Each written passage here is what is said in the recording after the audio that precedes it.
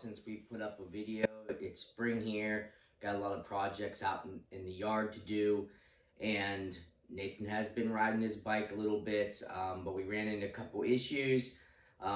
He took a little spill, and every time he takes a spill, because of that stupid throttle cable, how it is mounted, it always ends up breaking, and I always end up having to be replacing that throttle cable. And just the setup is a bad setup. So in another video, I'm going to go ahead and swap that out into a different setup. That way it'll be a little bit differently, a little bit more robust. So when he does fall, it's not going to do too much damage. However, in today's video, I'm going to go ahead and try to start working on the fenders for the Baja. I'm going to just because of space, it is cold outside, I can't really be painting outside because of the weather. I'm going to just tonight just try to get these fenders painted. And as far as what we're going to do the old rattle can method. I am not looking for a perfect paint job by any means. I just want to put some color on there, make them a little bit fresher. I did wash these off, but you can still see that they're all stained and everything. So I'm going to go ahead and try to scuff them up just a little bit. This is 220 and then 320 on the other side. I'm just going to scuff it up just a little bit to try to get some of that top oxidation off, just so that paint has a little bit of better chance of sticking. Now this is just the old Walmart can. This is for plastics. It's supposed to have the paint and the primer in it. We'll see how that turns out. So I'm going to go ahead and just start sanding these down a little bit. Again, I'm not looking for a perfect job or anything. I'm just looking for, let's get some color on these so we can continue on with this project. All right, thank you.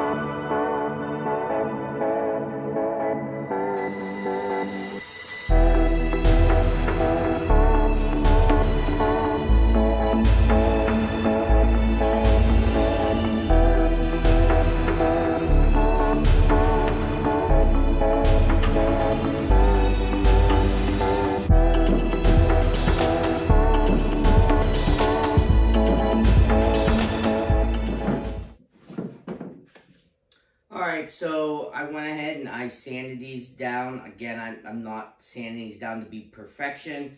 Just wanted to cut that plastic a little bit so this has a little bit better bonding power with it. I wiped it off. I didn't go as far as like getting prep clean and cleaning off all this dirt. So what I did was I just was real careful about, I used some just brake cleaner on it just to wipe off and pick up some of that dirt. You gotta watch with the brake cleaner because you have to, if you put too much on, it might really affect the plastic and it might start eating away at it. So you gotta be real careful and test that stuff out in areas that you can't really see, just to test it out. But I tested it out earlier, so I knew that wasn't gonna be really a problem with this. So again, basic sanding.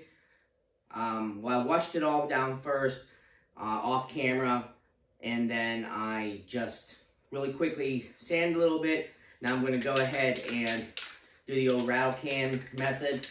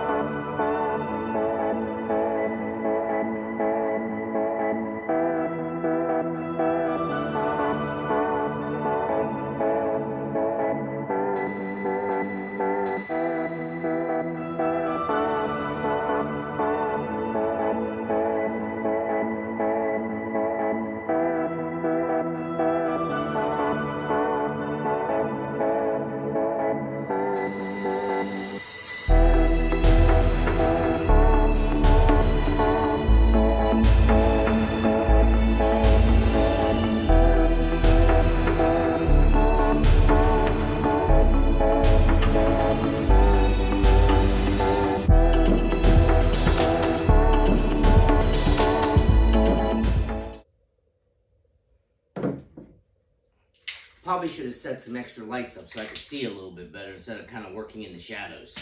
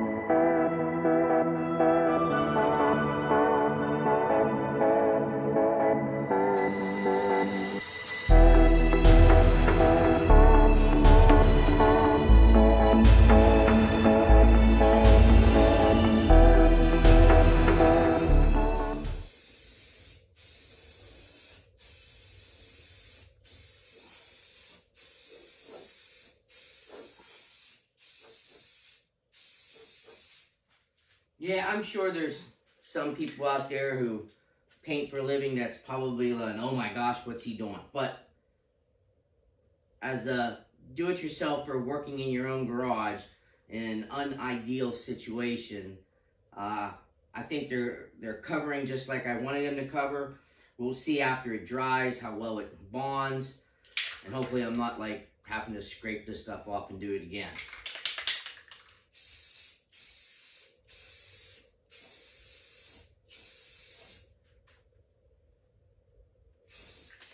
Alright, so those are the fenders. I still have to do the fake gas tank. And I may or may not do that on camera because it's just going to be the same process. I don't think that's going to be very interesting just to watch me scuff up something and then just do a rattle can. Most of you watching this have done something similar already. So I probably won't do that. I just will probably come back and maybe show you the end results after it's dry. Now, as far as what else we have to do on the bike, I want to clean up the frame just a little bit. I do have to take that rear tire off. I have to put that new one on there. I still have to give it an oil change, and then we'll start to put this thing back together and see what it looks like when it's all together. So next time that you see me, it'll probably be with all the plastic sitting there ready to go.